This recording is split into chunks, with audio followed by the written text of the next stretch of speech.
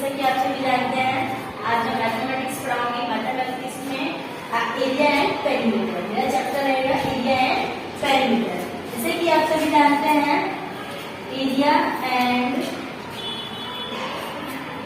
Perimeter, area and perimeter chapter name है मेरा।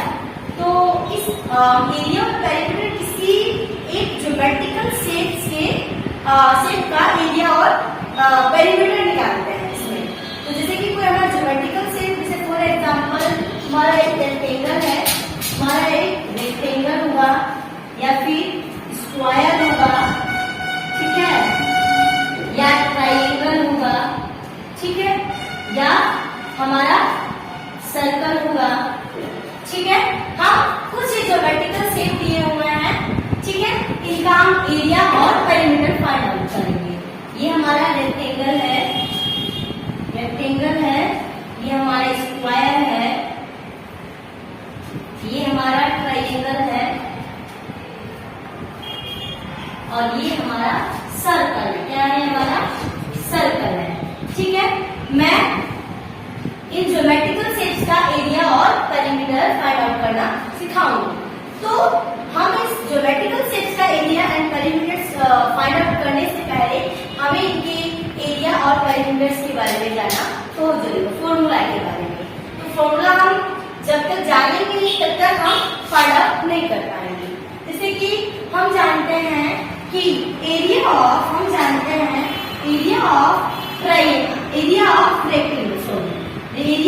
Rectangle क्या होता है बेटा?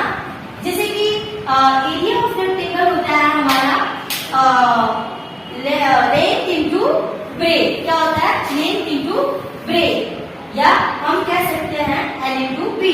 क्या?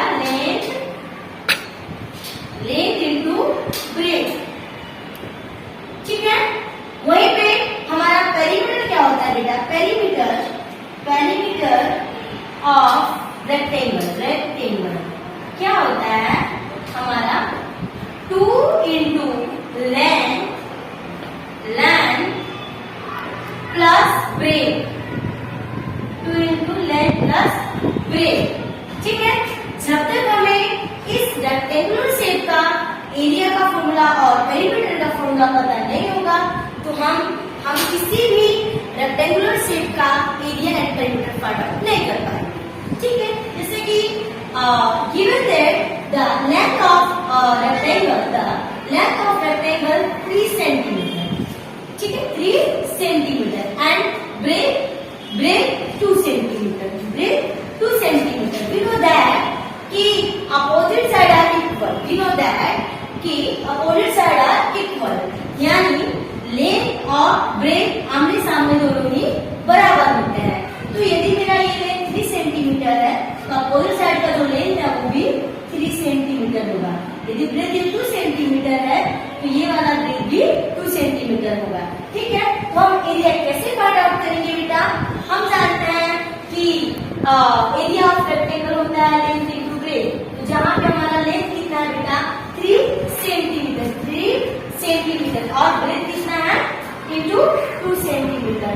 तो हम इसका रेक्टेंगल कैसे फाइंड आउट करेंगे बेटा? मल्टीप्लाई करके।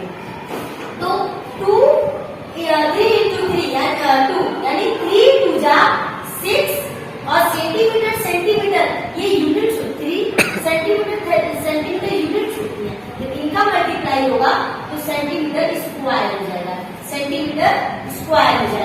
ठीक है। 6 centimetre square, that is the area of rectangular shape, ठीक है। एंड पेरीमीटर ऑफ रेक्टेंगल कैसे फाइंड आउट करेंगे? जैसे कि हम जानते हैं फॉर्मूला हमारा होता है 2 into L plus N length plus breadth. तो गाइस दैट हम इस फॉर्मूला में पुटिंग करेंगे वैल्यू को। 2 इंटू लेंथ हमारा 3 सेंटीमीटर है और ब्रेथ हमारा कितना है? 2 सेंटीमीटर। तो कैसे करेंगे हम? पहले जो हमारा ब्रैकेट के अंदर जो भी वैल्यूज है उनका एडिशनल मल्टीप्लाई जो भी है वो कर लेंगे। उसके बाद से जो हमारा प्राइस इसको मल्टीप्लाई कर देंगे। तो 3 प्लस 2 यानी कितना होगा? 2 इंटू कितना होगा? ये 3 प्लस 2 कितना होगा? 5 सेंटीमीटर। अब क्या करेंगे हम? ब्रैकेट से ओपन कर बाहर कर लेंगे। अब इसका मल्टीप्लाई करेंगे is a 10 centimeter. That is a perimeter of rectangle. That is a perimeter of rectangle. ऐसे ही हम जितने भी given शेप दिए हुए हैं उन सभी का वैल्यू फाइंड आउट करेंगे एरिया एंड